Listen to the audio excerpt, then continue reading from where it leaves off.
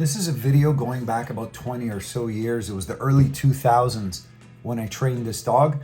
I had been a dog trainer for about a decade at that point, and I had earned myself the reputation of taking on dogs that were hard to handle, cases that other trainers either didn't want to touch or perhaps had tried and not had success with. And this is one of those stories where Kaylee's owners adopted Kaylee or rescued Kaylee. Kaylee was a street dog. So if you can imagine what that existence is like, the dog is having to scrounge for its survival. The dog is out in the wilds, having to get into fights with other dogs, having to discern who's friend and who's foe, and probably becoming much like a street kid where you learn to just be tough and survival's the name of the game. So they adopt this dog, and now they come into the city and they're not equipped to handle this dog, and the dog is not equipped for city life, okay? So they go to training school where the dog is having monster reactions to other dogs. You'll hear them talk about that a little later.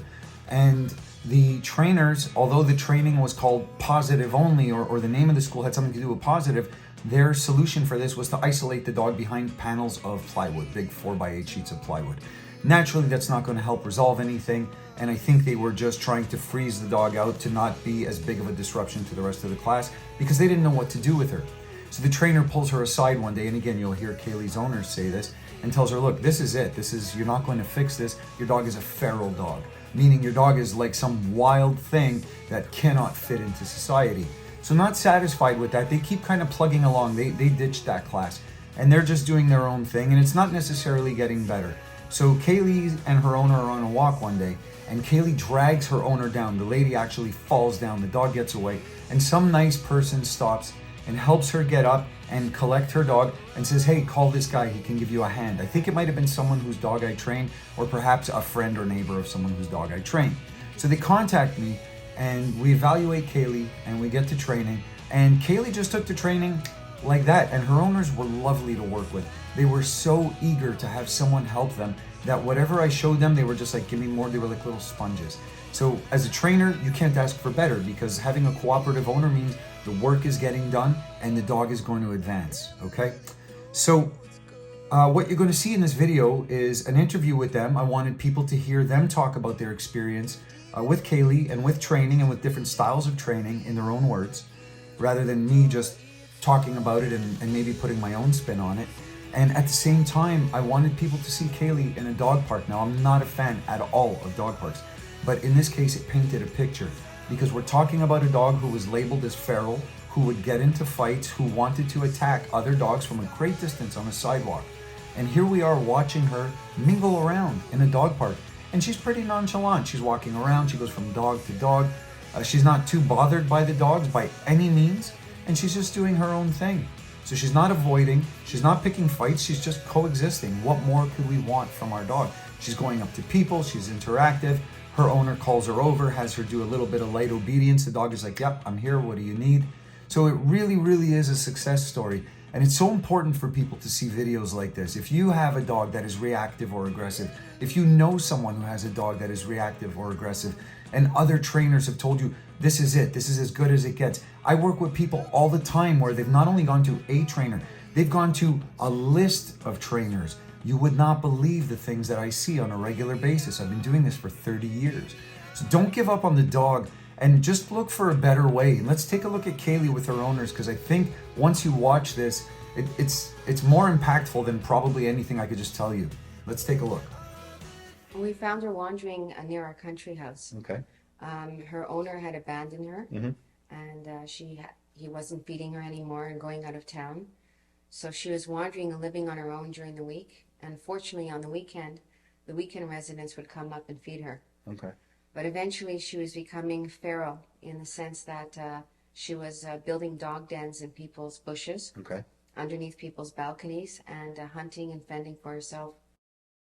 Any dog, any squirrel, any cat, she would bolt while we were on the end of the leash. Mm-hmm. In my case, I was falling. She would be pulling me on the grass. It was becoming dangerous. I was injured a few times.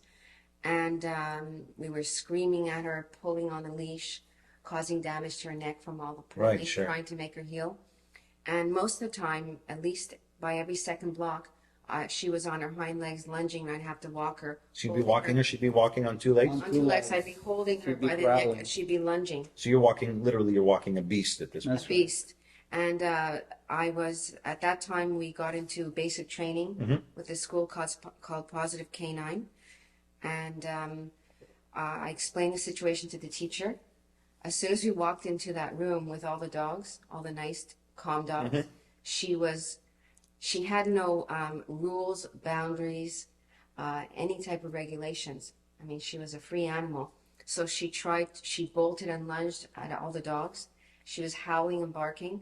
So they put a board, and they kept her back behind the board, and they had us, they told us to have her watch the class. Right. Which then, being in that situation, being held back from dogs, it made her more and more aggressive. Yeah, it will, because anytime you're restraining a dog, instead of teaching it to control itself through proper training, and you're just using physical restraint, it builds frustration in the dog. Right. And then the frustration, it's like pouring gasoline onto a fire, which obviously that's what you saw. Yeah. So we took her, after about the third lesson, every time we went there, it became worse and worse, so we decided to quit going to that place with all these dogs. We were so stressed during the class, and the fact that the teacher kept her separated from the other dogs escalated her aggression. Okay, so after 3 lessons, you didn't see any improvement? No improvement. Okay, fair enough. And the teacher did tell me, she said, your dog is feral, which she really wasn't. She got along with people. She was very nice in the home. She just needed training and obedience. She said, your dog is feral. It's unfortunate that you got yourself in this situation, which made me feel really bad. Right. And she suggested that I walk the dog early in the morning before 7 and after 11 o'clock at night. So the solution was avoid the problem. Avoid the problem, avoid other dogs, and as soon as she sees a dog, to cross the street. And I said, what do I do about squirrels and skunks and all other critters? Right. She said, just avoid them across the street. We called you because Sherry was almost wrestling on the ground in the park because Kaylee was going nuts. And some gentleman came up to us and said, you got to call this guy Nick. Well, he didn't exactly come up to me. He pulled me up from the grass. Okay. He helped you up. He helped me up because a lot of people, well, first of all, when people would see me with Kaylee, they'd cross the street. Okay. And they'd run away. But this man, who has a dog that you trained a number of years ago, had the courage to walk up to me, put the dog in place, in a sitting position very easily, and lifted me off the ground and said to me, you have to call Nick. He was like your knight in shining armor. I said, showed up. Who's Nick? He said, okay, Nick from K9. Right. And then I went to the gym the next day and I mentioned that this happened, and then I met another woman who said, oh, I trained my dog with Nick. You have to call Nick. And I did right away. Okay. And I called several other trainers. Okay. And I interviewed them. And they told me that, we'll see how it goes. It might take 6 months, a year, 2 years. I have a nice dog. Maybe we can integrate the 2 dogs together.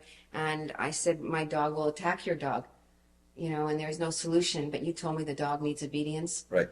And with 6 lessons, guaranteed, the dog will be trained. Higher because of her life. Eat the squirrels, attack them and eat them. Right. Yeah. We have a 5-foot fence that she can jump over easily. She's done that when we first got her here. Doesn't do it anymore. So here's the dog who's aggressive. And we put her on a training program that incorporated the use of an electric collar, and now she's not aggressive. People have to understand that you're not using the collar in a painful manner to train your dog. No, you're using it instead of lugging on a leash at the end of the leash with those.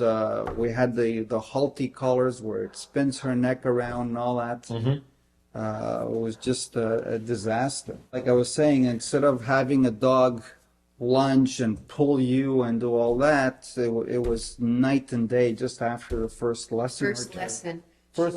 She was healing. She was walking without pulling. So when you're talking, what's worse, a bit of distraction and tap versus lunging and screaming and yelling and, I'm aggressive. Everyone's becoming aggressive. Now I'm walking, it's after the first week, it was nice and calm, and she's out of line, boom, she's back in line. It came a point from her lunging that her neck was becoming sore and she was starting to cough. Right. And from all the straining. That's right. And when we used to walk her, we bring her in the house, she'd go to another room. She didn't want to even sit with us. As soon as we started training her, and we became her leader, and she had a guideline to follow with rules and regulations and boundaries. She within 1 week became calm, and we all really bonded because we were able to formulate a system to follow. I see it now. Yeah. And the collar is the most gentle way to train. There's no screaming, yelling, no aggression. It's a slight tap. Right. The dog responds in a very happy way. Right. It's excellent. Well, good stuff. And after this, in the future, I would probably adopt a dog with problems, and I'd call you, and we do it all over again.